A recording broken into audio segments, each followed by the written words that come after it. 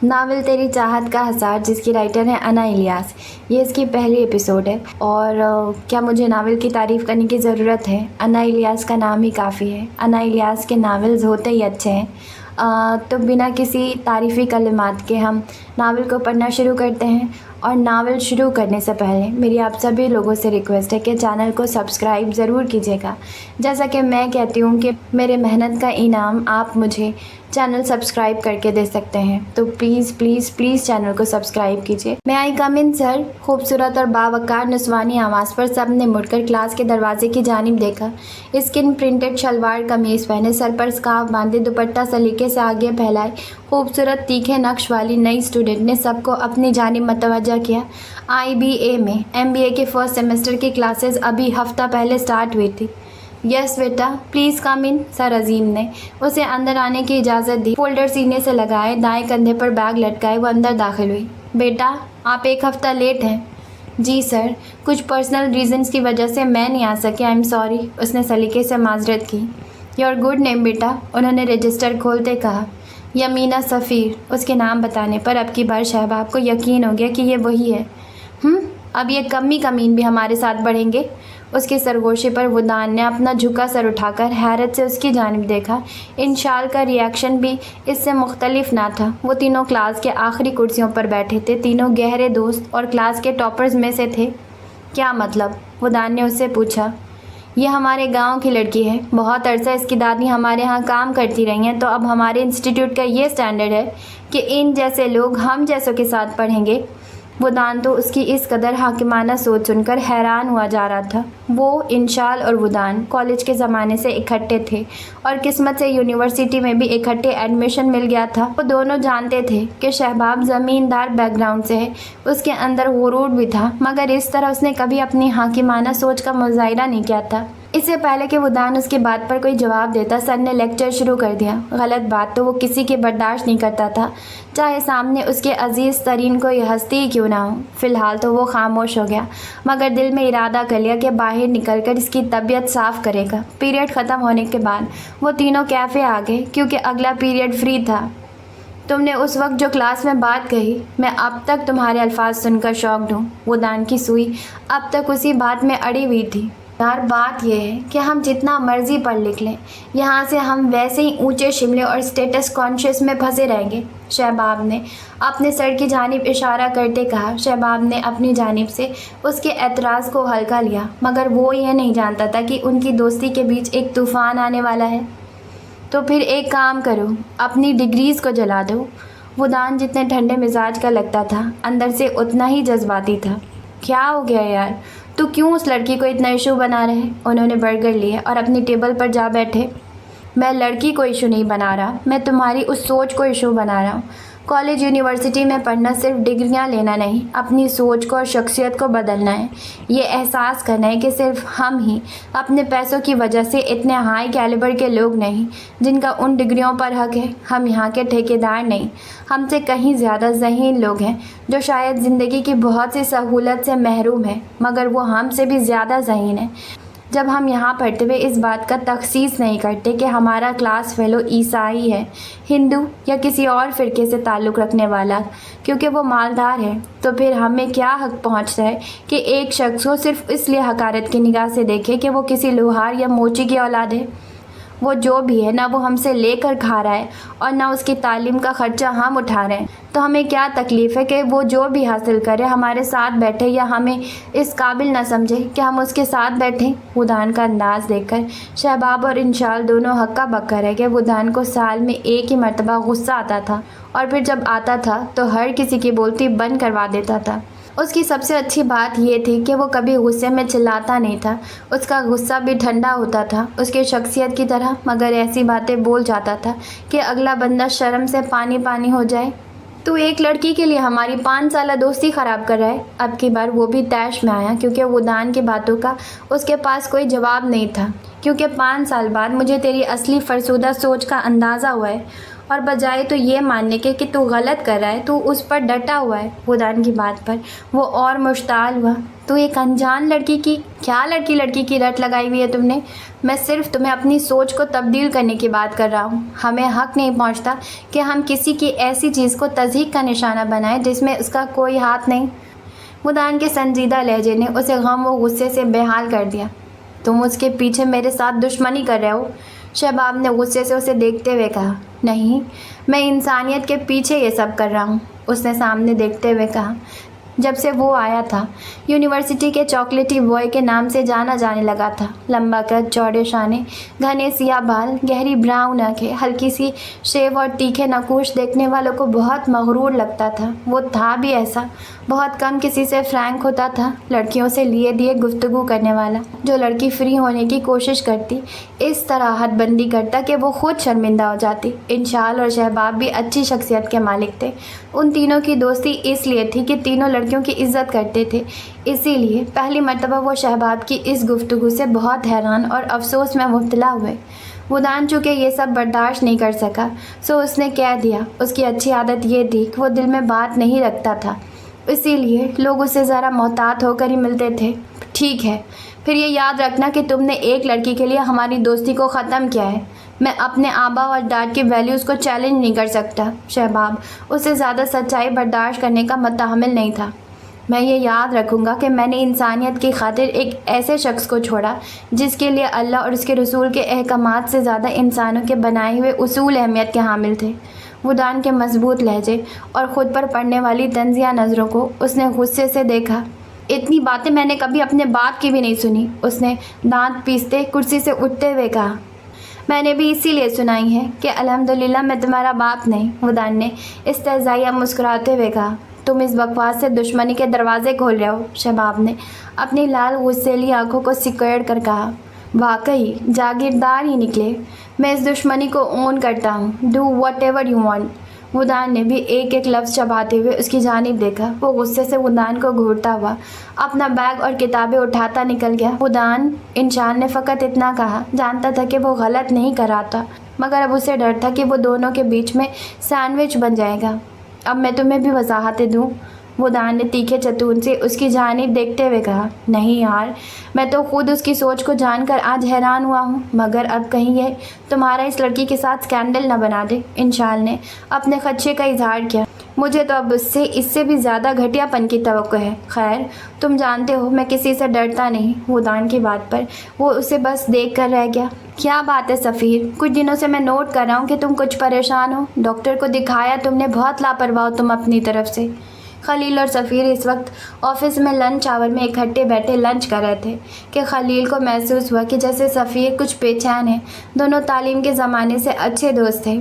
सफ़ीर गांव से शहर पढ़ने आया, फिर जॉब भी यहीं मिल गई तो शादी करके भी लाहौर का शहरी होकर रह गया। गांव में माँ और भाई था। बाप फौत हो चुका था। माँ और भाई की कफ़ालत करता था। माँ जागीरदारों के घर काम करती थी और भाई अभी पढ़ रहा था। शादी को 15 साल गुजर चुके थे। शहर में खलील की फैमिली से बहुत अच्छे मरासिम थे। हर दुख सुख में वो भाइयों की तरह काम आता था। सफ़ीर की एक ही बेटी थी, जबकि खलील के 3 बच्चे थे, 2 बेटे और 1 बेटी। बड़ा बेटा सफ़ीर की बेटी से साल बड़ा था, उसके बाद बेटी और फिर आखिर में एक और बेटा। कुछ अरसे से सफ़ीर की तबीयत मज़ाहमिल रहती थी। खलील ने उसे मशवरा दिया कि अपना चेकअप करवाओ। हाँ, चेकअप करवाया था, इसीलिए बहुत परेशान हूँ, उसने पसे मुर्दा लहजे में कहा। क्या मतलब, क्या हुआ है? खलील ने परेशानी से पूछा। मुझे कैंसर है और आखिरी स्टेज पर है। ट्रीटमेंट के बाद भी ठीक होता हूँ या नहीं कुछ नहीं मालूम। दोनों आमने सामने कुर्सियों पर मौजूद थे। उसकी बात सुनकर तो खलील सदमे से दो चार हुआ। अपने भाइयों जैसे दोस्त को खो देने का एहसास ही बहुत जानलेवा था। तुम क्यों परेशान हो रहे हो? अल्लाह बेहतर करेगा। मैं खुद डॉक्टर से बात करूंगा। और हम एक डॉक्टर पर क्यों इत्तेफाक करें? तुम मुझे अपनी रिपोर्ट्स देना, मैं खुद अपने 1-2 दोस्तों से कंसल्ट करता हूं जो डॉक्टर्स हैं। उसके कंधे पर हाथ रखते खलील ने उसे दिलासा देना चाहा। यह बस झूठी तसल्लियाँ हैं। खैर मेरी छोड़ो, तुम बताओ तुम्हारे वीज़े का क्या बना? खलील ने कनाडा जॉब के लिए अप्लाई किया हुआ था और वहाँ की एक कंपनी से जॉब की ऑफ़र आ गई थी। 5 साल का कॉन्ट्रैक्ट था और उन्होंने फैमिली को भी बुलाने की इजाज़त दे दी थी। बस आजकल उसके लिए दौड़ धूप कर रहा था। खलील को समझ नहीं आई कि उसे तसल्ली कैसे दे। सर, वो जो क्लास से निकल रहे थे यमीना की आवाज़ सुनकर कॉरिडोर में रुक गए। जी बेटा। सर अजीम का शफकत भरा अंदाज उसे बहुत पसंद था, इसीलिए वो बिना किसी झिझक के उनसे सब बात कर लेती थी। सर, पिछले दिनों मेरा जो हर्ज हुआ है मैं वो कवर करना चाहती हूँ, तो अगर आपके पास कोई नोट्स हो तो प्लीज़ दे दें। यमीना ने सहूलत से उन्हें अपना मसला बताया। कोई इशू नहीं बेटा, 1 मिनट। उन्होंने मुड़कर किसी को आवाज़ दी। थोड़ी देर बाद एक लड़का आया। जाओ ज़रा वुदान से कहो सर अजीम के ऑफिस में आए। उसे कहते साथ ही वो यमीना की जानिब मुड़े। आओ बेटा मेरे ऑफिस ही आ जाओ। उसे मुड़कर कहते वो अपने ऑफिस की जानिब चल पड़े। अभी उसे सर के ऑफिस बैठे कुछ सेकंड्स ही हुए थे कि दरवाज़ा नॉक हुआ। मैं आई कम इन सर। वुदान दरवाजे में खड़ा अंदर आने की इजाज़त ले रहा था। यस बेटा प्लीज़। उन्होंने उसे अंदर आने की इजाज़त देते सामने कुर्सी पर बैठने का इशारा किया। एक पर यमीना बैठी थी तो दूसरे पर वो बैठ गया। बेटा, इन्होंने 1-2 दिन पहले ज्वाइन किया है और पिछले 1 हफ्ते का काम कवर करना चाहती हैं। तुम्हारे नोट्स चूँकि क्लास में बेस्ट होते हैं, लिहाजा मैं चाहता हूँ कि तुम इस बच्चे की कुछ मदद कर दो। उन्होंने रसान से कहते यमीना की जानिब इशारा किया। ठीक है सर, मैं इन्हें फ़ोटोकॉपी करवा के दे देता हूँ। सर अजीम को वो कॉलेज के ज़माने से जानता था। तब कुछ अरसा उसने उनसे ट्यूशन ली थी। उसके बाद से अब तक वो उनकी गुड बुक्स में शामिल हो चुका था। वो वुदान की जहानत से बहुत इम्प्रेस थे। जाओ बेटा। उन्होंने यमीना को उसके साथ जाने का इशारा किया। थोड़ी देर उसके साथ चलने के बाद वुदान को उलझन हुई। वो किसी लड़की को इतनी देर अपने साथ बर्दाश्त नहीं कर सकता था। नेक्स्ट क्लास सर वासे की है ना, आप जाकर वहाँ बैठे, मैं आपको नोट्स फ़ोटोकॉपी करा कर ला दूँगा। वुदान ने ये एकदम रुकते हुए उसे अपने सर से टालना चाहा, मगर सर ने कहा कि आपके साथ जाऊँ। उसने कुछ हैरान होते हुए कहा, सर कहेंगे कि उसके साथ कुएं में छलांग लगा दे, आप लगा देंगी? आपको नोट से मतलब है ना? जैसे भी मिले। वो एकदम से उस पर बरसने लगा। उसे ऐसी डिपेंडेंट लड़कियां बहुत बुरी लगती थी। गुस्से से वो मुड़ा और लंबे लंबे डग भरता फ़ोटोकॉपी शॉप की जानिब चल पड़ा। यमीना उसके गुस्से पर पहले तो हक्का बक्का रह गई, फिर गुस्से से खुद भी क्लास की जानिब चल पड़ी। समझता क्या अपने आप को? टीचर्स ने सर पर चढ़ाया हुआ है। ज़हीन, बात करने की तमीज़ नहीं है। मैं क्या मरी जा रही हूँ उसके साथ चलने के लिए? आइंदा तो उस खुदसर इंसान को मुंह भी नहीं लगाना। वो गुस्से में पेचोताप खा रही थी। थोड़ी देर बाद समीन उसके पास आई। ये नोट्स वुदान ने दिए थे तुम्हारे लिए। कुछ दिनों में समीन वो वाहिद लड़की थी जिससे उसने दोस्ती की थी, और उसकी ज़्यादा वजह समीन की अपनी फ्रेंडली नेचर थी। उसने गुस्से से उसके हाथ से नोट्स पकड़ लिए। तुम क्या उसकी फूफी की बेटी हो जो तुम्हें पकड़ा दे, या फिर मैं कोई ड्रैकुला हूँ जो उसका खून पी जाऊँगी? वो मुझे खुद आकर नहीं दे सकता था। वो गुस्से से समीन पर बरसी। अरे यार, इतनी हाइपर क्यों हो रही हो? मैं तो फ़ोटोकॉपी शॉप गई हुई थी, वहाँ वो खड़ूस नोट्स फ़ोटोकॉपी करवा रहा था। फिर उसने मुझे देते हुए कहा कि तुम्हें दे दूँ। उसमें गुस्सा करने की क्या बात है? यमीना ने उससे कुछ देर पहले का वाक़या मनोवन सुनाया। मुझे अभी तक समझ नहीं आई कि अगर उसे अपने नोट्स फ़ोटोकॉपी करवाकर मुझे देने की बात अच्छी नहीं लगी तो वो सर को कह देता। मुझ पर गुस्सा निकालने की क्या ज़रूरत थी? वो उसकी हरकत को किसी और रंग में लेगी। अरे नहीं यार, वो बहुत हेल्पफुल बंदा है, बस ज़रा लड़कियों से एलर्जिक है। उसने फ़ौरन यमीना की गलतफहमी दूर करना चाही। तो सर ने कौन सा कहा था कि मुझे गोद में लेकर जाए? उससे 4 कदम के फासले पर चल रही थी, और अगर सर ने ना कहा होता तो कभी भी उसके साथ ना जाती।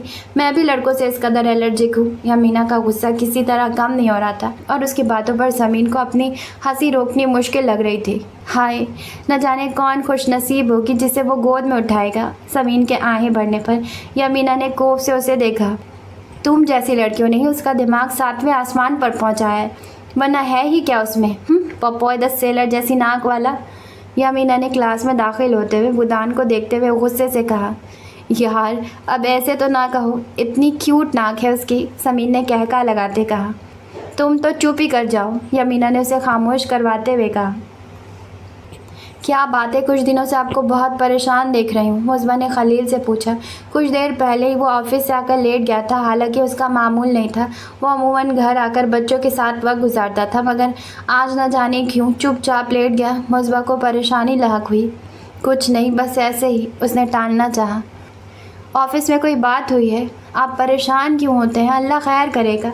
कुछ अरसे में हमने चले ही जाना है यहाँ से। उसने अपनी तरफ से तसल्ली देने की कोशिश की।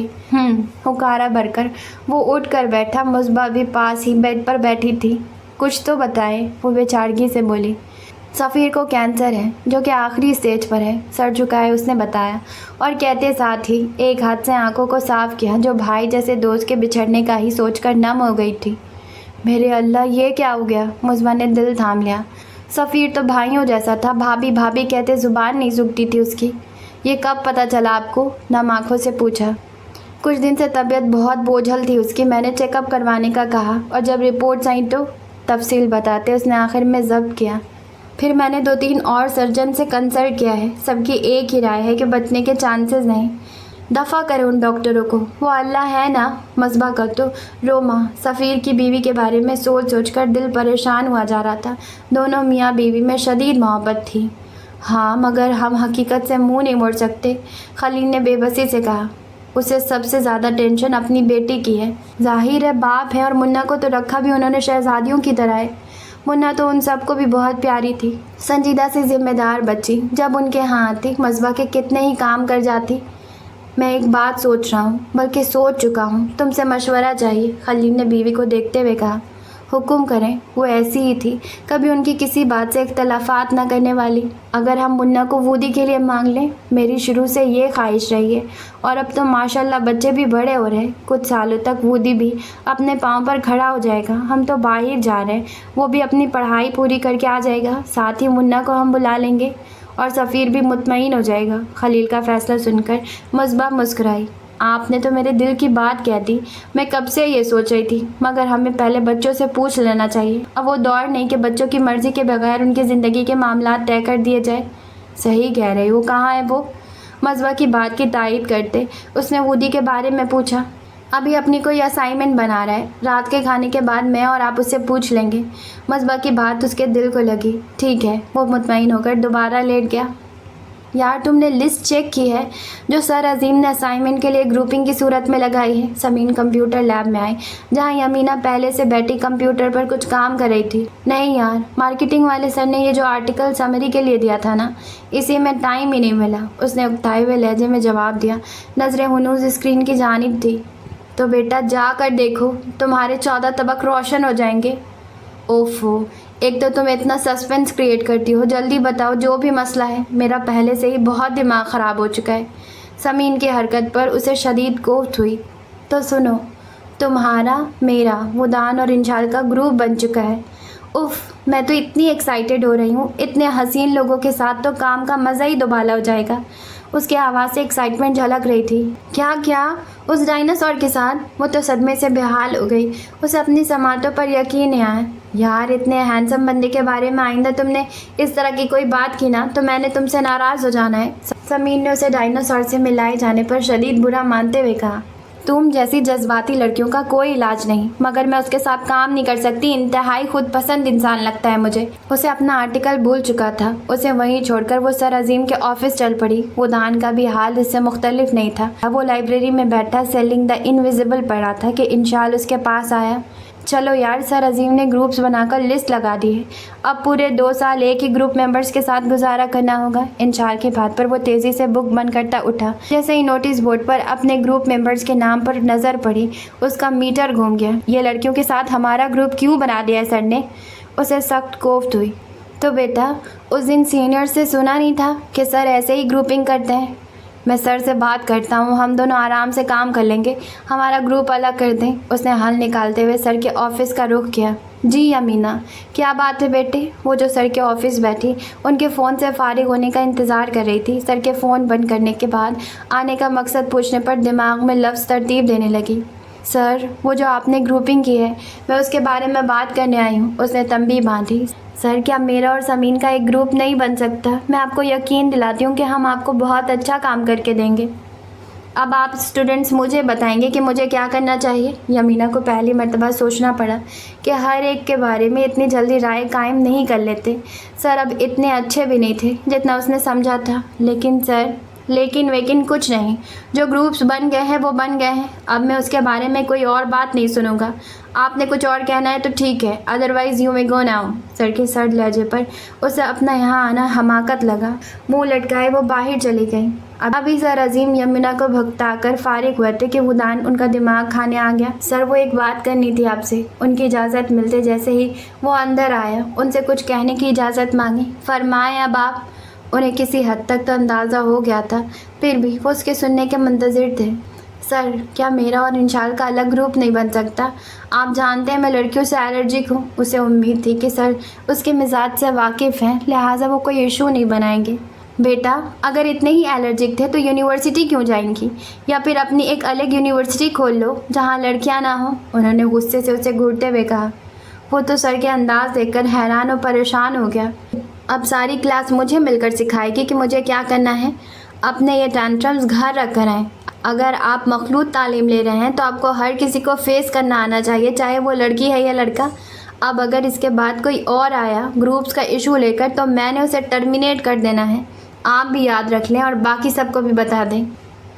सर अजीम के सर्द लहजे ने उसे वाकई में हैरान कर दिया था। खामोशी से वो उठकर उनके ऑफिस से बाहर आ गया। इंशाल उसका मुंतज़िर खड़ा था। उसने सारी बात इंशाल को क्या सुनाई। कोई नहीं यार, बीवी से लड़कर आए होंगे इसीलिए गुस्सा तेरे पर निकाल दिया, तो दिल पर मत ले। इंशाल की बात पर वो भी हंस पड़ा। दूर खड़े शहबाब ने हसद की आग में जलते ये मंजर देखा। रात में खाना खाने के बाद खलील और मजबा ने वूदी को अपने कमरे में बुलाया। जी बाबा खैरियत? उसने बेड पर उन दोनों के सामने बैठते हुए पूछा। जवानी की दहलीज पर खड़ा उनका ये बेटा उनका बाजू था, नहायत ज़हीन और ज़िम्मेदार, और अल्लाह ने हुस्न भी बेशुमार दिया था। खलील ने पहले तो सफ़ीर की बीमारी से मुतल्लिक सारी बात उसे बताई। बेटा वो मन्ना को लेकर बहुत परेशान है कि उसके बाद मन्ना का क्या बनेगा। तो मैंने और तुम्हारी अम्मी ने एक फ़ैसला किया है। तुम बिला झिझक हमें अपना फ़ैसला सुनाना। ये कोई दबाव नहीं है, सिर्फ हमारी ये ख्वाहिश है। बाबा प्लीज़, आपको मेरे सामने इस तरह वजाहत देने की ज़रूरत नहीं है। जो भी आप कहना चाहते हैं कहें। मेरे लिए जहाँ तक मुमकिन हो सकेगा मैं आपके फ़ैसले का एहतराम करूँगा। उसकी बात पर उन्होंने फ़ख्र से उसकी जानिब देखा। बेटा हम चाहते हैं कि तुम्हारे लिए मन्ना को मांग ले और निकाह कर दे, ताकि अपनी बेटी को एक मजबूत बंधन में देखकर सफ़ीर मुतमईन हो जाए। उनकी बात पर उसे चंद सेकंड लगे खुद को संभालने में। वो नक चढ़ी सी मन्ना उसे बहुत बुरी नहीं लगी तो अच्छी भी नहीं लगती थी। वो उससे बात ही कम करता था, जब भी करता था तो उनकी लड़ाई लाजमी होती थी। मगर इस वक्त बात उसके माँ बाप और जान से प्यारे सफ़ीर चचा की थी। वो उनसे बहुत प्यार करता था। उन्होंने हमेशा वूदी के बेहद नखरे उठाए थे। उनके बारे में सुनकर वो अपने माँ बाप की तरह बहुत तकलीफ़ से गुजर रहा था। उसकी ज़िंदगी में कोई लड़की नहीं थी, न किसी के आने का चांस था। उस मामले में वो खुश्क मिजाज था। उसके माँ बाप ने उसे ज़िंदगी में हर तरह की सहूलत और आज़ादी दी थी और कभी उसे कुछ नहीं मांगा था। बहन भाइयों में बड़ा होने की वजह से वो जिम्मेदार बचा था। ऐसे आपको मुनासिब लगे, मुझे कोई एतराज़ नहीं। उसने कुछ लम्हों की खामोशी के बाद उन्हें फ़ैसला सुनाया। बेटा अगर तुम्हें कोई पसंद है तो बिला झिझक बता दो। आप अपने बेटे को ऐसा समझते हैं? उनकी बात पर उसने नाराज़गी से उन्हें देखा। अरे नहीं बेटा, तुम्हारे बाबा का ये मतलब नहीं। आखिर बड़े हो रहे हो, तुम अपने फ़ैसले करने में आज़ाद हो। मजबा ने जल्दी से क्लियर किया। मगर अपनी ज़िंदगी का एक अहम फ़ैसला मैं सिर्फ आपकी मर्ज़ी से करना चाहता हूँ। मगर प्लीज़ अभी मुझे करियर बनाने दीजिए, बस इतनी सी रिक्वेस्ट है। उसने उन्हें अपनी ख्वाहिश बताई। उसकी तुम फ़िक्र ना करो, जब तुम सेट हो जाओगे तब हम रुखसती करेंगे। उनकी बात पर वो मुतमईन हो गया। यार ये मार्केटिंग प्रिंसिपल्स की असाइनमेंट तुम उन दोनों से डिस्कस कर लेना। ये सब पॉइंट्स मैंने हाईलाइट कर दिए हैं। वुदान ने कुछ प्रिंट आउट्स इंशाल को देते हुए कहा।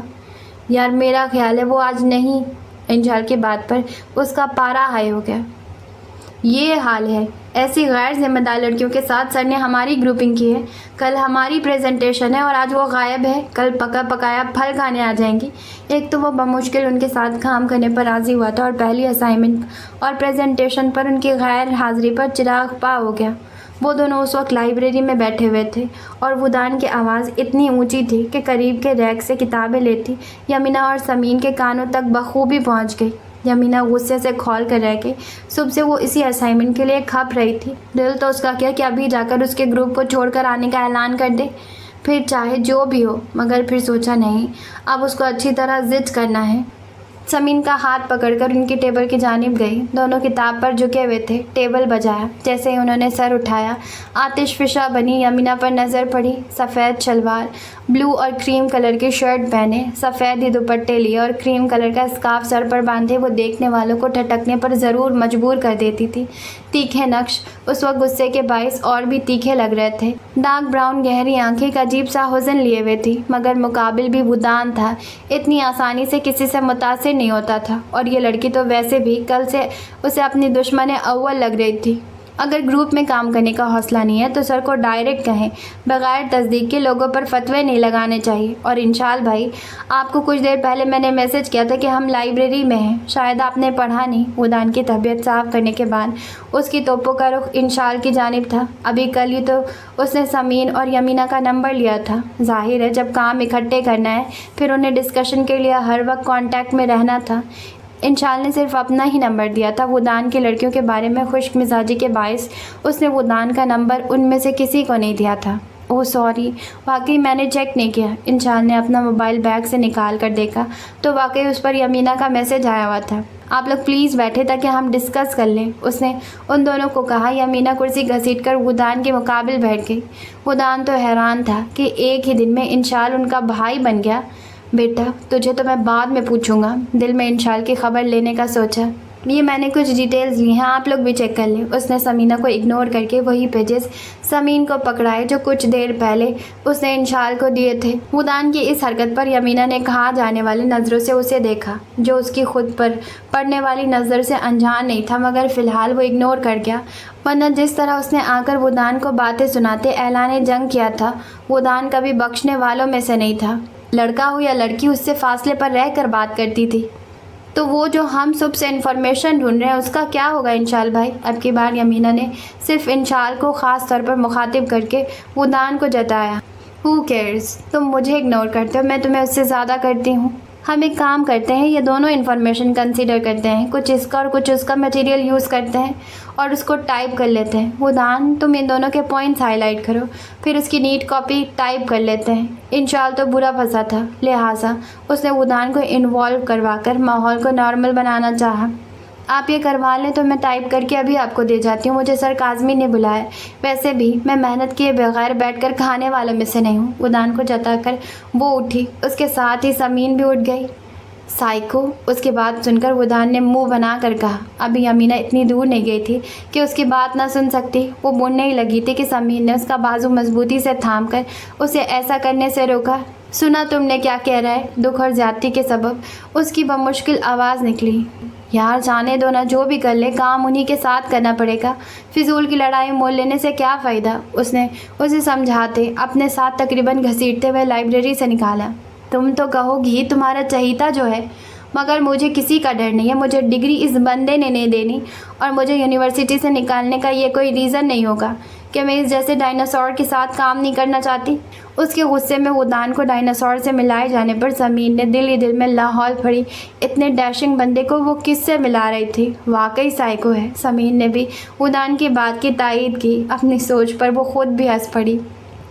तुम हंस रही हो? यमीना गुस्से से तिलमिलाई। नहीं यार, वैसे ही। अच्छा गुस्सा ख़त्म करो, अब सर के पास ऑफ मूड लेकर मत जाना है, एवं हर बात का बतंगड़ बन जाता है यहाँ। ज़मीन के समझाने पर वो खामोश हो गई और उसने शुक्र का सांस लिया। वूदी के रिश्ते के लिए हामी भरते ही खलील ने अगले ही दिन सफ़ीर से बात की। वो तो खुशी और मुसर्रत से हैरान ही रह गया। फिर नम आँखों के साथ खलील को गले लगाया। बहुत बहुत शुक्रिया यार, तशक्कुर से कहा। फिजूल बात ना कर, हमने कल भी मन्ना को अपनी ही बहू बनाना था, तो आज क्यों नहीं? बस अब तुम निकाह की तैयारी करो। उसने मुस्कुराते हुए उसे तकल्लुफ़ात की दीवार खड़ी करने से रोका। कुछ ही दिनों में उन्होंने निकाह की तैयारी कर ली। मुन्ना उस वक्त अगर बहुत छोटी नहीं थी तो बहुत समझदार भी नहीं थी।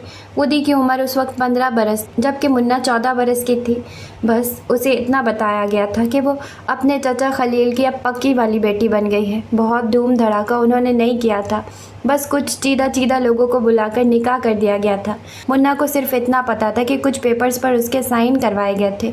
हालांकि सफ़ीर ने चाहा था कि वो मुन्ना से अपनी बीमारी छुपा ले, मगर घर में होते ये कैसे हो सकता था कि ऐसी बात छिप सकती।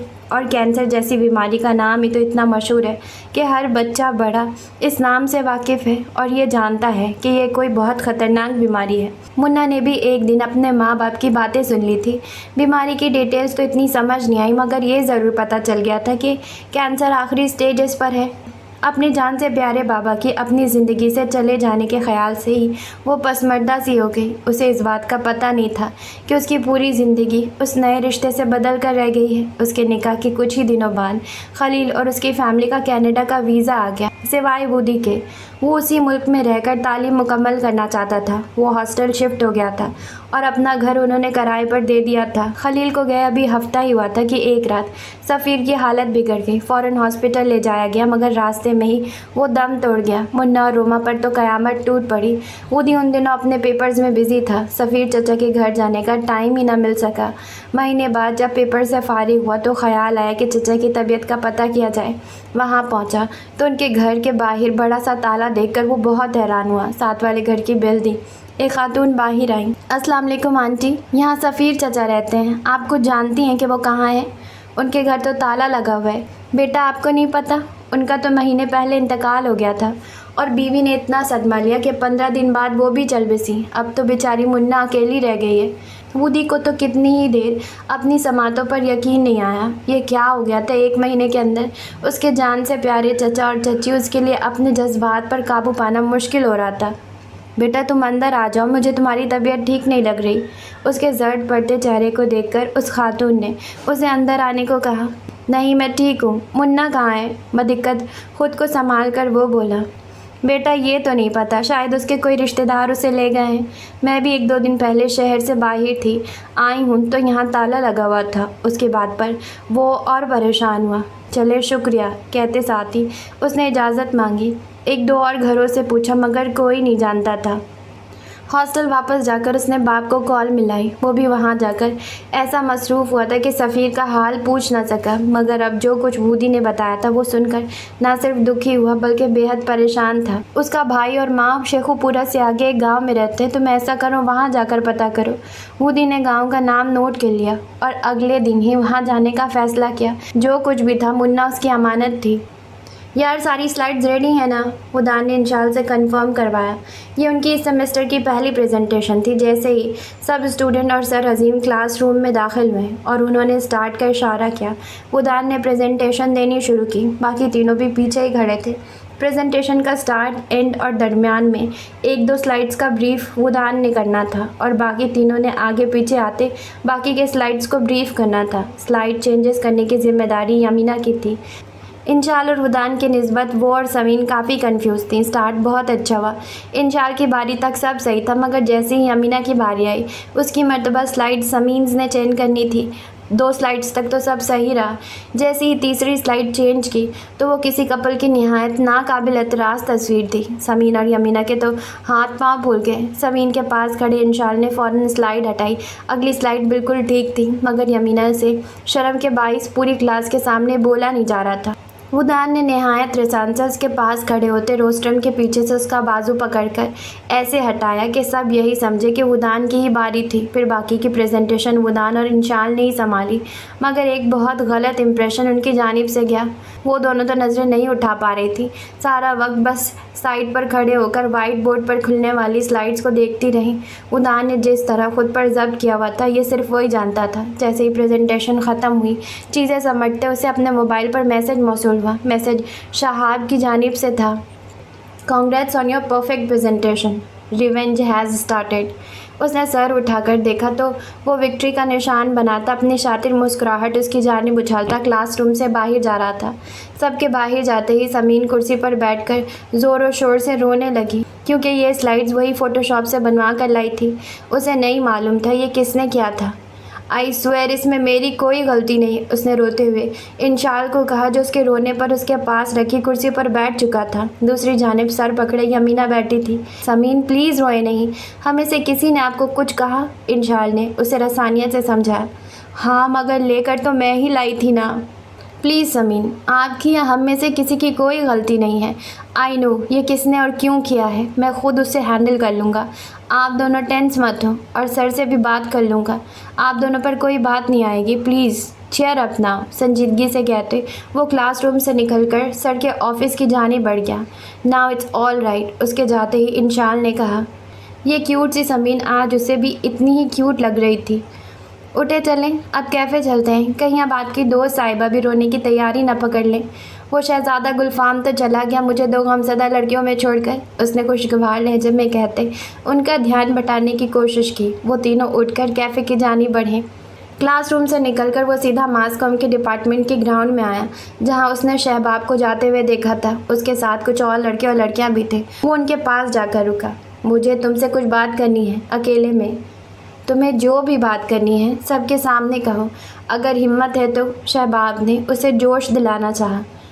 ओके, मुझे कोई प्रॉब्लम नहीं है, मैं सबके सामने कह देता हूँ, मगर अपनी बेइज्जती और सच अगर तुम सबके सामने सुनने का हौसला रखते हो तो मुझे कोई प्रॉब्लम नहीं, उसने नहायत ठंडे लहजे में कहा। शहबाब एकदम संजीदा होता उठा और वो दान को चलने का इशारा किया। कुछ दूर चलकर वो रुक गया। आज तुमने जिस घटिया हरकत का मुजाहिरा किया है, अगर आइंदा ये सब बरकरार रखा तो याद रखना, तुम जिन एक्टिविटीज़ में मुलव्विस हो मैं उनसे बहुत अच्छी तरह से वाकिफ़ हूँ। मुझे कुछ घंटे लगेंगे तुम्हें जेल में भिजवाते हुए। उदान की बात पर वो अपनी जगह चोर बना। वो कहते हैं ना, अच्छी सोबत का अच्छा अंजाम और बुरी सोबत का बुरा अंजाम। यही शहबाब के साथ हुआ था। जब तक वो उन दोनों के साथ था वो अच्छा ही रहा, मगर जब से उससे दोस्ती ख़त्म की और कुछ बदले की वजह से वो गलत लड़कों की सोबत में रहने लग गया था, जो हॉस्टल्स में मुंशियात सप्लाई का काम करते थे। उसे वार्न करके उदान फ़ौरन वहाँ से चला गया। अगले दिन की बस पकड़कर वो जब उसके बाप के बताए हुए एड्रेस पर मुन्ना को ढूंढने शेखुपुरा से आगे की एक नवाही गांव में पहुंचा, तो वहां भी ताला पड़ा देखकर हकीकत में वो अब बहुत परेशान हुआ। इर्द गिर्द के लोगों से पता करने पर भी उनके अगले ठिकाने का कुछ पता नहीं चला। घर आकर उसने खलील को फ़ोन किया। हाँ बेटा, कुछ पता चला? उसने बेताबी से पूछा। बाबा, वो तो वहाँ से भी कहीं शिफ्ट कर गए हैं और अब कहाँ गए हैं कोई नहीं जानता, उसने मायूसी से बाप को बताया। या अल्लाह, ये क्या हो गया, कहाँ ढूंढे अब, उन्होंने परेशानी से कहा। आखिर अब वो सिर्फ सफ़ीर की निशानी नहीं थी, खलील के ख़ानदान का हिस्सा बन चुकी थी। बाबा आप परेशान ना हो, इंशाअल्लाह मिल जाएगी। उसकी दादू और चचा को तो पता है ना कि हमारा निकाह हो चुका है। पूरी किसी समझदारी की वजह से उन्होंने इतनी उम्र में उसे ये जिम्मेदारी सौंप दी थी। ओके बेटा, अल्लाह मालिक है, कुछ सोचते हैं। मेरी जॉब का कॉन्ट्रैक्ट भी यहाँ 4 साल के लिए हो गया है। कोशिश करता हूँ कि जल्दी वापस आएँ, आखिर कोई ये मेरे बच्चों की ज़िंदगी का मामला है, उन्होंने दिलगरफ्ती से कहा। डोंट वरी बाबा, अल्लाह ने इस रिश्ते की बात आपके दिल में डाली है, वही इस मुश्किल से हमें निकालेगा। उसकी तसल्ली आमेज़ बातें सुनकर उन्हें उस बात पर फ़ख्र हुआ कि वूदी उनकी औलाद है। इंशाअल्लाह कहते ही उन्होंने फ़ोन बंद कर दिया। उफ़, ये क्या अजाब है। सर के साथ मसला क्या है आखिर? हाथ में पकड़े नोट्स को देखकर उसने सर हाथ में थामा। अभी थोड़ी देर पहले क्लास का एक लड़का सर अजीम का नोट लेकर यमीना के पास आया था। कुछ दिनों में उन्हें सीनियर्स को फेयरवेल देना था, जिसकी कंपेयरिंग की जिम्मेदारी सर ने यमीना और वुदान को दी थी। क्या हुआ अब? समीन, जो उसके सामने रखी चेयर पर बैठी नोट्स बनाने में मसरूफ़ थी, सर उठाए बिना पूछने लगी। उसकी बात पर यमीना ने बेजारी से वो नोट उसके आगे किया। यार, मुझे लगता है सर कोई सीन बना कर ही छोड़ेंगे तुम दोनों का, उसने मायनी खेजी से कहा। बेटा, अभी तो मैं सर का सीन बनाने जा रही हूँ। पढ़ाई की हद तक तो मैं उसे बर्दाश्त कर लूँगी, मगर इससे आगे नहीं। ड्रैगन है पूरा, हर वक्त आग बरसाता रहता है, गुस्से से कहती वो अपनी चीज़ें समेट रही थी। ओह गॉड, रोज़ तुम उसे किसी नए कार्टून कैरेक्टर का नाम देती हो। पूरी यूनी का चार्मिंग बॉय है। समीन को अपनी हंसी रोकनी मुश्किल हो गई। कोई और भी कैरेक्टर रह गया है तो वो भी बता दो एक ही मर्तबा, उसने यमीना को छेड़ते हुए कहा, जो खुद भी अब मुस्कुरा रही थी। हाँ ना, बहुत से रहते हैं, जैसे कुंग-फू पांडा, हल्क, मिनियन मूवी का ग्रो, और इससे पहले कि वो मज़ीद गुलफशानी करती। बस करो यार, मेरे पेट में बल पड़ गए हैं, समीन ने उसे रोकते हुए कहा। आई विश मैं कभी वुदान को तुम्हारे नादिर ख्यालात बता सकूं, उसने बमुश्किल अपने कहे रोकते हुए कहा। अभी तो सर के पास से हो आओ, आकर बताती हूँ तुम्हें, उसकी बात पर मसनूई धमकी देते वो सर के ऑफिस पहुँची। यार सर क्या चाहते हैं, आखिर मैं इस यूनिवर्सिटी से चला ही जाऊं। उदान ने सर अजीम का नोट पढ़ते हुए गुस्से से हाथ टेबल पर मारा। ओह आहिस्ता मेरे भाई, हम लाइब्रेरी में हैं, इंशाल ने उसे टोकते हुए कहा। ओह जा कहाँ रहा है और क्या भेजा है सर ने? उसने उसे चीज़ें समेटते हुए देख कर पूछा। सर से अब बात करने। Just look at this shit. उसने नोट इंशाल के आगे रखते हुए कहा। यार यूनिवर्सिटीज़ में ये सब चलता रहता है, don't take it to your heart. इंशाल ने उसे ठंडा करने की कोशिश की। अब सो एवर यार, सर को पता है कि मैं लड़कियों से एलर्जिक हूँ, फिर भी I need to talk to him. उसने उठते हुए कहा। मैं आई कम इन सर। कुछ देर बाद वो सर अजीम के ऑफिस में था। आओ उदान, नोट्स मिल गया है तो बस बेटा आज से तैयारी शुरू करो। उन्होंने उसे बैठने का इशारा करते कहा।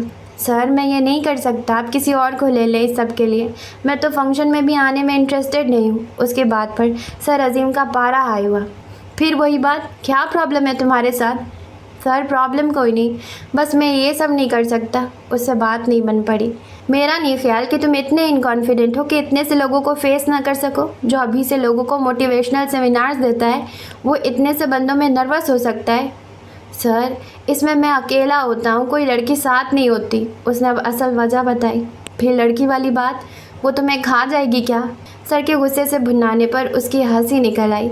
इससे पहले कि वो कोई जवाब दे तो ऑफिस का दरवाज़ा नॉक हुआ। कम इन। इजाज़त मिलते ही यमीना का चेहरा दरवाजे में नमूदार हुआ। वो दान ने पीछे मुड़कर नहीं देखा। लो जी आ जाओ अब तुम भी। उन्हें शक पड़ गया कि अब वो भी इनकार के लिए आई है। सर मैं वो ये कंपेयरिंग वाला काम नहीं कर सकती। वो अंदर आते ही सर से मुखातिब हुई, ये जाने बगैर कि सर के सामने बैठा हुआ शख्स कोई और नहीं उदान था। तशरीफ़ रखें, फिर मैं आपकी कहानी सुनता हूँ। सर के कहने पर उसने कुर्सी पर बैठते हुए जूँ ही साथ बैठे शख्स को देखा। एक लम्हे को वो जुज़बुज़ हुई। जी बताएं अब, सर ने उसे मुखातिब करते हुए कहा। सर वो मैं ये कंपेयरिंग वाला काम नहीं करना चाहती। करना नहीं चाहती या इसके साथ नहीं करना चाहती? सर ने उसे गौर से देखते हुए किसी नतीजे पर पहुँचते हुए कहा। जी सर आपकी दूसरी बात ठीक है। जिस धड़ल्ले से वो बोली थी उसने बुदान को चौंकाया था। यानी मेरे मुंह पर ही कह गई? उसने दिल में सोचते हुए पेचोताब खाया। माय गॉड तुम दोनों क्या मॉन्टेसरी के बच्चे हो? ऐसी हरकतें वो करते हैं। सर मैंने इसके साथ नहीं बैठना क्योंकि ये मेरे चिप्स खाता है, और दूसरा बोलता है सर मैंने इसके साथ शेयर नहीं करना क्योंकि ये मुझे पेंसिल मारता है। हद हो गई है। मेरे क्लास के सबसे बेस्ट स्टूडेंट के साथ क्या प्रॉब्लम है मुझे अभी बताएं, और यहाँ से जब निकले तो आप दोनों के दरमियान हर तरह का इशू रिजॉल्व हो चुका हो। मैं बार बार ये सब नहीं देख सकता। हाँ जी आप बताएं उदान आपको क्या प्रॉब्लम है? सर ने तोपों का रुख उसकी जानिब किया। सर मुझे इनसे कोई प्रॉब्लम नहीं, मैंने आपको जनरली मना किया था। बहरहाल आपकी बात मुझे सही लगी है, हमें ऐसी बचकाना हरकतें सूट नहीं करती, तो मुझे इनसे कोई इशू नहीं। I am ready to perform this comparing. उसका पैथरा बदलने पर वो जितनी हैरान होती कम था। और आप? अब सर की तोपों का रुख यमीना की जानिब हुआ। नहीं सर कोई इशू नहीं, it's okay, sorry to bother you. अगर वो सर के सामने अच्छा बनने की एक्टिंग कर सकता था तो वो क्यों उसके बारे में कुछ कहकर बुरी बनती? उसने भी फ़ौरन से अपना माइंड चेंज किया। वेरी गुड, आई होप ये शो आप दोनों बहुत अच्छा होस्ट करेंगे। सर ने दोनों को शाबाश देकर उठने का इशारा किया। यमीना ने उठते हुए उसे गुस्से से घूरा जो अपनी शरारती मुस्कुराहट छुपाने की कोशिश कर रहा था। मुन्ना के चचा को चौधरियों ने अपने रिश्तेदारों के गांव में उनके हवेली में नौकरी दिलवा दी थी, लिहाजा उन्हें अपना पहला घर बेचकर दूसरे गांव में शिफ्ट होना पड़ा। मुन्ना को चचा के घर आए कुछ ही अरसा हुआ था कि जवान बेटे और बहू के गम में दादी बीमार रहने लगी। उन्होंने जल्दी चचा की शादी कर दी ताकि उनकी बीवी आकर घर और मुन्ना को संभाले। यहाँ के चौधरियों के पास चचा काम करता था, दादी भी उनके हवेली जाकर सुपरवाइज़र का काम अंजाम देती थी। एक दो मर्तबा मुन्ना भी उनके साथ हवेली गई थी। चौधरियों के बड़े बेटे की बेटी शिफा से उसकी बहुत अच्छी दोस्ती थी, वो उसी की हम उम्र थी। उसका ही बड़ा भाई लाहौर के ही किसी कॉलेज में पढ़ता था। चाचा की शादी के कुछ ही अरसे बाद दादी का इंतकाल हो गया। कुछ देर तो चाची ने उसके साथ अच्छा सलूक रखा, मगर जैसे ही उसका बेटा हुआ मुन्ना उन्हें खटकने लगी। मुन्ना ने यहाँ आकर पढ़ाई नहीं छोड़ी। शिफा उसे किताबें ला देती और साल में उसने मैट्रिक पास कर लिया। उस दिन वो शिफा को अपने रिज़ल्ट का बताने ही जा रही थी क्योंकि उसके इतने अच्छे नंबर आए थे कि किसी भी कॉलेज में अब वो स्कॉलरशिप की बुनियाद पर पढ़ सकती थी। वहाँ जाकर रास्ते में शिफा का भाई मिल गया। शिफा है घर पर? उसने दुपट्टा सही करते हुए पूछा। बिल्कुल है, आपकी तारीफ़? उसने गहरी नज़रों से उसे देखते पूछा। मैं उसकी दोस्त हूँ, उसने नज़रें झुकाए जवाब दिया। मुझे नहीं मालूम था शिफा का टेस्ट इतना आला हो गया है फ्रेंड्स के मामले में, नहीं तो बहुत पहले चक्कर लगाता यहाँ का, उसने मायने खेजी से कहा। अभी वो कुछ और कहता कि पीछे से चौधराइन की आवाज़ आई तो वो जो दरवाजे में उसका रास्ता रोके खड़ा था तेज़ी से पीछे हटा। मुन्ना तेज़ी से अंदर की जानी बढ़ी और चौधराइन से इजाज़त लेकर शिफा के कमरे में चली गई। मुन्ना, तुझे पता है पुप्पू की शादी हो रही है। उफ़, कितना मज़ा आएगा, तुमने हर फंक्शन में आना है। शिफा ने अपनी पुप्पू की शादी का बताया जो अपने बहन भाइयों में सबसे छोटी थी। मुन्ना का दिल तो क्या कि वो उससे भाई के मुतालिक उसे बताए कि वो किस किस्म की फिजूल बातें उससे कर रहा था, मगर फिर खामोश रही और उसे पुप्पू की मुबारक देकर अपने पास होने का बताया।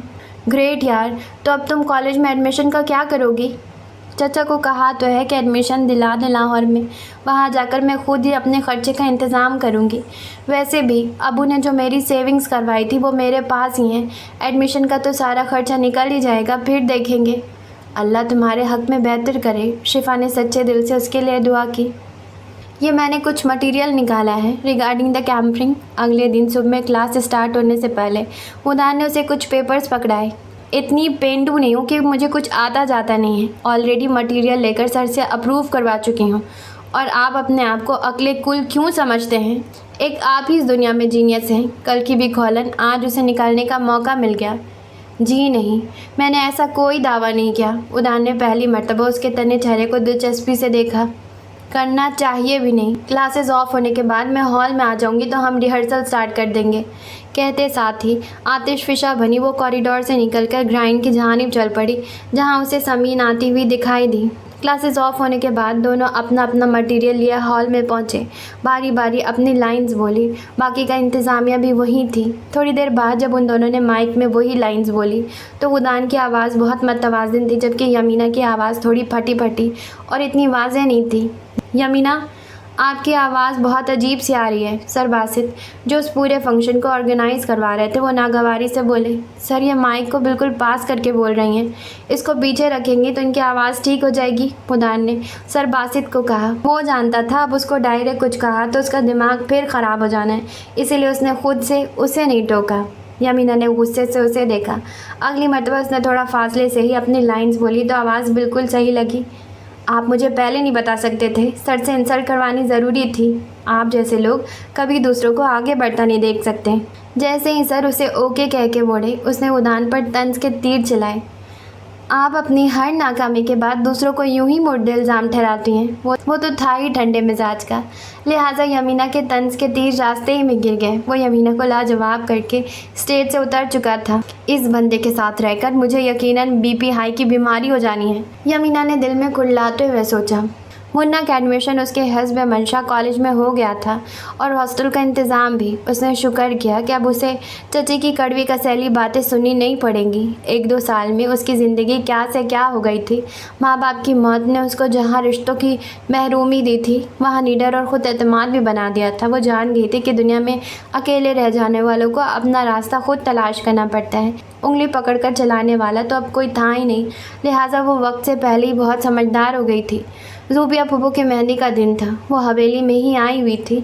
येलो और ऑलिव ग्रीन इम्तिजाज का शादी की मुनासबत से लिबास पहने, शिफा की फरमाइश पर कानों में झुमकर डाले, अपने घने बालों की चोटी बनाए, हल्की सी नेचुरल कलर की लिपस्टिक लगाए, वह आम दिनों से हटकर बहुत प्यारी लग रही थी। मुन्ना यार, प्लीज़ चेक कराओगी अम्मा जी के कमरे से कि फूफू का सूट प्रेस हो गया है? शिफा, जो कि ज़ूबिया को तैयार कर रही थी, इजलत में बोली। ओके, अभी जाती हूँ। मुन्ना तेज़ी से बाहर निकली। सीढ़ियाँ उतरकर अम्मा जी यानी चौधराइन के कमरे में गई। अपने ही धुन में अंदर आते ही उसने देखा नहीं कि बेड के बाएं जानिब रखे सोफे पर शिफा का भाई बैठा था। अंदर आते सामने ही पप्पो के कपड़े बेड पर प्रेस नज़र आए। उसने जल्दी से उठाए। सुनो लड़की। जैसे ही वो मुड़ी, किसी ने उसे पुकारा। मुड़कर देखा तो शिफा का भाई था। कुछ नया नया जवानी का खुमार चढ़ा हुआ था। वो उसके करीब आया। मेरी दोस्त बनोगी? उसने बिला तमहीद अपनी ख्वाहिश का इजहार किया, मगर वो ये नहीं जानता था कि उसके सामने यमीना वुदान खड़ी है। आपकी इस ख्वाहिश पर समझ नहीं आ रहा कि आपकी ज़हनियत पर अफसोस करूं या आपको इग्नोर करके चली जाऊं। उसके मजबूत लहजे ने शहबाब को लख्ता भर के लिए साकित किया। अरे तुम तो फ़लसफ़ा बोल रही हो। I like it. उसने अपनी हरीज़ निगाहें उसके वजूद पर गाड़ी। नहीं, मैं सिर्फ बोलती नहीं, दिमाग टिकाने भी लगाती हूँ, तीखी नज़रों से कहते साथ ही वो मुड़कर जाने लगी कि हाथ एक सख्त शिकंजे में आ गया। हैरत और गुस्से के मिले जुले तासरात समेत उसने जैसे ही मुड़ कर देखा, शहबाब की जताती मुस्कुराहट ने उसका दिमाग भड़का दिया। अमल करने में तो हम भी पीछे नहीं। उसके हाथ की जानिब इशारा किया जो शहबाब की आहनी गिरफ्त में था। यमीना ने कपड़े वहीं फेंके और वही हाथ घुमाकर उसके मुंह पर जड़ दिया। यकीनन मेरा ये अमल आपको आइंदा लड़कियों से मोहतात होकर बात करने पर मजबूर कर देगा। यमीना की आंखों में उस वक्त चिंगारियां निकल रही थी। जैसे ही शहबाब की गिरफ्त उसके हाथ पर कमज़ोर पड़ी, वो फ़ौरन वहाँ से निकलती चली गई। शहबाब को तो यकीन ही नहीं हुआ कितनी देर कोई एक कमी कमीन की बेटी इस कदर निडर भी हो सकती थी। अगले दिन यमीना हॉस्टल शिफ्ट हो गई। उसने शिफा को भी हॉस्टल का नाम नहीं बताया था। शहबाब ने बहुत मर्तबा उसकी खोज लगाई, मगर शिफा भी उसके बारे में नहीं जानती थी। यमीना का कोई कॉन्टैक्ट नंबर उसके पास नहीं था। यूनिवर्सिटी शुरू होने से कुछ अरसे पहले ही एक दिन शिफा ने बताया कि उसने अपने दोस्त को फेसबुक से सर्च किया है और उसका कॉन्टैक्ट नंबर भी लिया है। शिफा ने उसकी तस्वीर शहबाब को दिखाई। तभी यूनिवर्सिटी में उस दिन वो शिफा को पहचान गया और गुस्से में वो सब कह बैठा, जिससे वो नान भड़क गया। अब तो उस लड़की से नफ़रत की शिद्दत में और भी इजाफा हो गया था। हेलो शहजादे, क्या कर रहा है? वह भी लैपटॉप ऑन करके 2 दिन बाद वाली असाइनमेंट पर काम कर ही रहा था कि इंशाल की कॉल आ गई। कुछ नहीं यार, लीडरशिप स्टॉल्स वाली असाइनमेंट पर काम करने ही लगा था। उसके जवाब पर इंशाल ने बुरा सा मुंह बनाया। दफ़ा कर अभी उसे, जल्दी से जिस भी हुलिया में है फ़ौरन मेरी तरफ आ जा, मगर ध्यान से, अब निक्कर में ना जाएं। कभी कभी तुम बहुत चीप जोक करते हो, वो धान ने उसकी बात पर मदमज़ा होते हुए कहा। पहले ये बता आफत क्या आई है? ऐसे ही यार, आउटिंग करवानी है तेरी। चल कपड़े चेंज कर और जल्दी से निकल आ। इंशाल के असरार करने पर वो जल्दी से उठा, ट्राउज़र और टी शर्ट चेंज की कि खलील साहब की कॉल आ गई। कैसे हैं बाबा? बिल्कुल ठीक बेटा, हम अगले महीने वापस आ रहे हैं। उस खबर ने तो उसका मूड और भी खुशगवार कर दिया। ग्रेट बाबा। हाँ बेटा, आकर सबसे पहले काम यमीना को ढूंढने का करना है। उनकी उदास आवाज़ पर उसकी नज़रों के सामने एक चेहरा लहराया। मिल जाएगी बाबा, परेशान ना हो, उसने उन्हें तसल्ली दिलाई। मेरे बेटे को कोई और तो नहीं पसंद आ गई? उन्होंने अपने खदशे का इजहार किया। बाबा, आप तो अपने बेटे को जानते हैं। आपकी जान से प्यारी बेटी के लिए मैंने खुद को सब हसीनाओं से बचा कर रखा हुआ है। बाबा के कहने पर उसने जले दिल से कहा। इसकी बात पर वो बेइख्तियार कहका लगा उठे। ओके बेटा, घर को ज़रा चेक कर लेना उन दिनों जाकर, उसे हिदायत देते साथ ही उन्होंने फ़ोन बंद कर दिया और वो जो तैयार हो चुका था गाड़ी की चाबी पकड़ी और इंशाल की तरफ चल पड़ा। गाड़ी उसके घर खड़ी करके वो इंशाल की ही गाड़ी में बैठ गया। ब्लू टी शर्ट और जीन्स में अपने रफ से हुलिये के बावजूद वो इंतहाई डैशिंग लग रहा था। यार, क्या तू मुझे डिनर करवाने के लिए ले जा रहा है या डेट पर? गाड़ी पीसी की तरफ मुड़ते देखकर उसने शरारत से इंशाल को देखते हुए कहा। नहीं यार, तू अंदर चल, बताता हूँ। इंशाल ने भी राज राज ही रहने दिया। गाड़ी पार्क करके वो पीसी के लॉन में पहुँचे तो वहाँ रंगो बू का सैलाब था।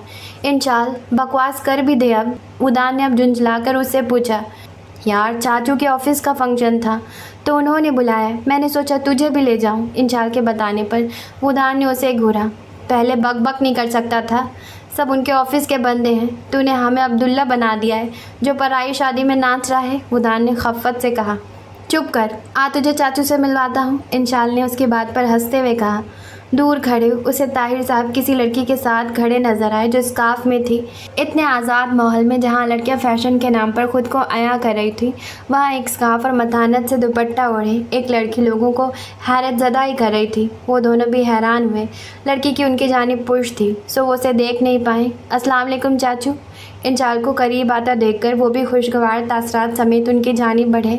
वालेकुम अस्सलाम, कैसे हो बच्चों? अच्छा किया आ गए। ताहिर साहब वो दान से बहुत अच्छी तरह वाकिफ़ थे, उसे भी इंशाल के साथ देखकर बहुत खुश हुए। आओ भाई, तुम्हें अपने ऑफिस की सबसे जीनियस बच्ची से मिलवाएं। उनको कहते साथ ही उन्होंने उसी स्कार्फ वाली लड़की को आवाज़ दी जो किसी और से बातें कर रही थी। जो ही उसने ताहिर साहब की आवाज़ पर मुड़ कर देखा, इंशाल और उदान एक लम्हे के लिए अपनी जगह फ्रीज़ हुए, क्योंकि वो कोई और नहीं यमीना थी। वो मतवाज़िन चाल चलती उन तक आई। बेटा, ये यमीना सफ़ीर हैं, 3 साल से मेरे ऑफिस में जॉब कर रही हैं। और आई एम इम्प्रेस्ड कि स्टडीज़ भी करती हैं और पार्ट टाइम जॉब भी। वो उससे बहुत मुतासिर थे। उसने करीब आकर दोनों को सलाम किया। इनसे तो हम भी इम्प्रेस्ड हैं। मुझे नहीं मालूम था जिसका जिक्र आप इतने अरसे से कर रहे हैं वो हमारी यूनी फेलो होगी, इंशाल ने खुशगवार हैरत से कहा। ओह, तो तुम लोग जानते हो? ताहिर साहब ने हैरत से कहा। जी सर, ये मेरे क्लास फेलो हैं, अब की बार यमीना ने कहा। बुदान हाथ सीने पर बांधे खड़ा था। ग्रेट, फिर तो तुम इनको कंपनी दो। एक्सक्यूज़ मी बेटा, मैं आता हूँ, कहते साथ ही किसी के बुलाने पर चले गए। जिंक कलर के सादा से ड्रेस में भी वो अपनी बावकार शख्सियत के साथ सब में नुमाया लग रही थी। वेटर, जूस प्लीज़, उसने पास खड़े वेटर को आवाज़ देकर उन दोनों को जूस के ग्लास देने को कहा। आपको यहाँ देखना तो प्लीज़ेंट सरप्राइज़ ही है, इंशाल ने बात का आगाज़ किया। उसकी बात पर एक हल्की सी मुस्कुराहट उसके चेहरे पर बिखरी। उसी वक्त वो दान की नज़र उसकी जानिब उठी। उससे पहले वो इधर उधर देखकर उसे इग्नोर करने की कोशिश कर रहा था। मेरे लिए तो खैर ये सिर्फ सरप्राइज़ है। उसकी बात पर वुदान की नज़र उसके तीखे नकुश वाले चेहरे पर रुकी। हमें नहीं मालूम था आप इतनी जीनियस हैं। शुक्र है आपने तो तस्लीम किया, वरना बहुत से लोग इतने खुद पसंद होते हैं और ख़ुद को इतना जीनियस तस्वुर करते हैं कि अपने सामने किसी को आगे बढ़ता देख नहीं सकते। उसने ठंडे लहजे में कैम्परिंग वाली बात का बदला लिया वुदान से।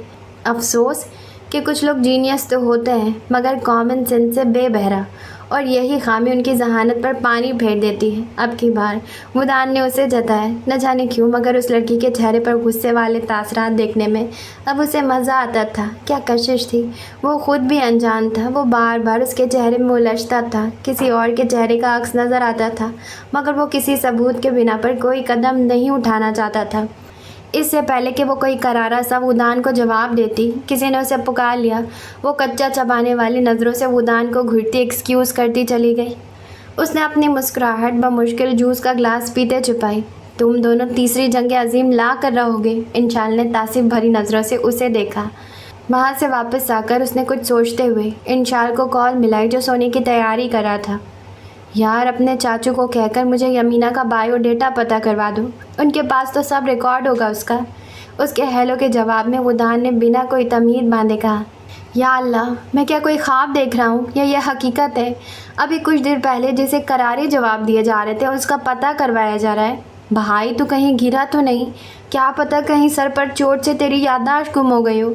इंशाल के मजाक पर वो भुनाया, बकवास कम और जो कहा है वो करो। बेटा, ऐसे तो नहीं, कहीं आज फंक्शन में क्यूपिड का तीर तो नहीं चल गया? ये 1 घंटे में ही मेरे यार को क्या से क्या हो गया। मजनू वाली बू आ रही है तेरे लहजे से, उसने फिर छेड़ा। अब की बार वुदान भी मुस्कुरा दिया। तुझे क्या तकलीफ़ है? सीधा से एक काम कहा है ना बेटा, ये मामला सीधा नहीं शदीद गड़बड़ वाला है। जल्दी से पहले इसके पीछे छिपे राज से पर्दा उठा। वो भी इंशाल था उसकी रग रग से वाकिफ़।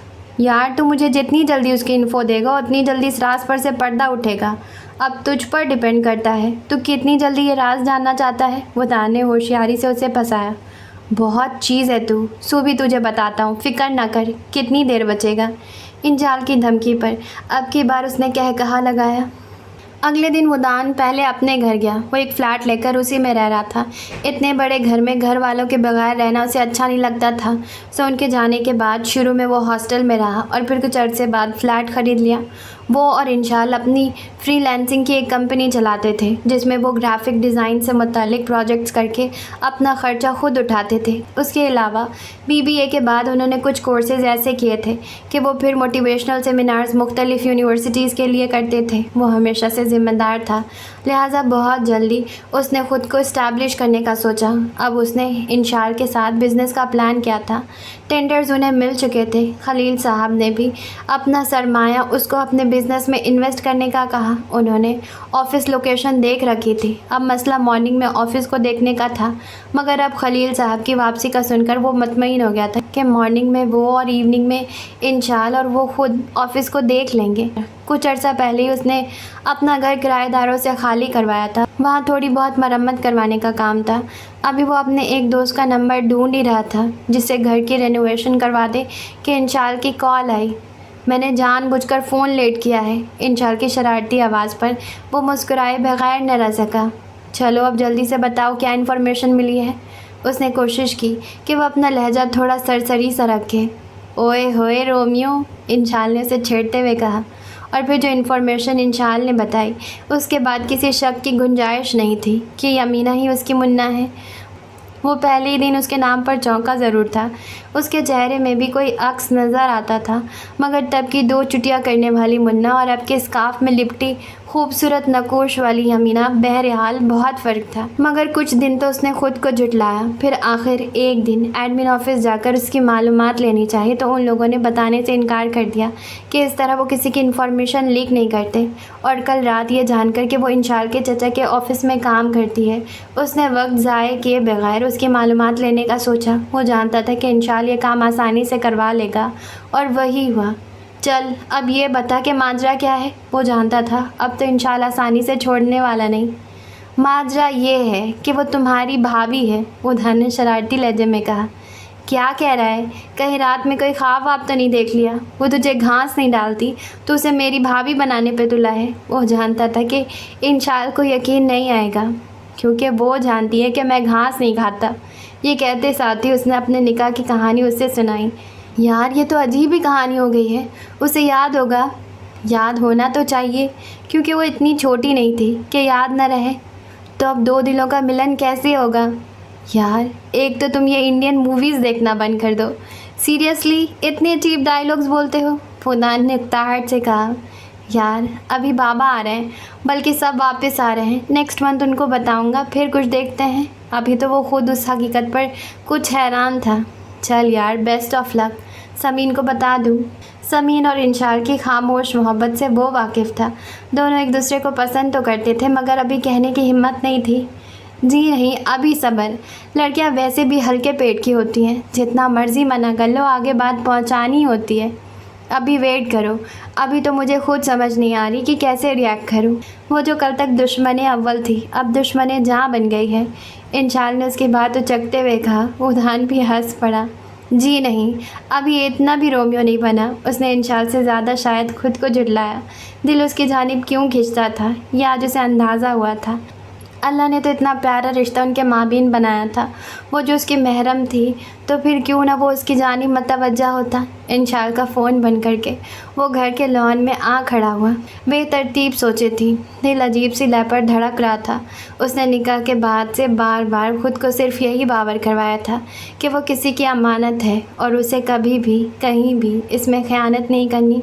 उसे उम्मीद थी कि कभी ना कभी वो उसे ज़रूर मिलेगी। उसे यमीना से कोई अफलातूनी मोहब्बत नहीं थी। हाँ, मगर अल्लाह के बनाए हुए इस रिश्ते का पास ज़रूर था जो उनके माबैन था। वाह, बहुत अच्छा नावल था, बहुत अच्छा नावल है। अभी हम लोग नावल रीड कर रहे हैं। ये नावल का फर्स्ट एपिसोड था और अब तक की कहानी सो फार बहुत बहुत बहुत सी गई है। अना इलियास के नावल वैसे ही होते हैं, बहुत ज़बरदस्त हैं। तो हम मिलते हैं कल आगे की कहानी के साथ। जाने से पहले मेरे प्यारे लिसनर्स सब्सक्राइब करते जाएं। जाने से पहले सब्सक्राइब करना ना भूलें। लाइक करें, शेयर करें और कमेंट करें। Okay, tata bye.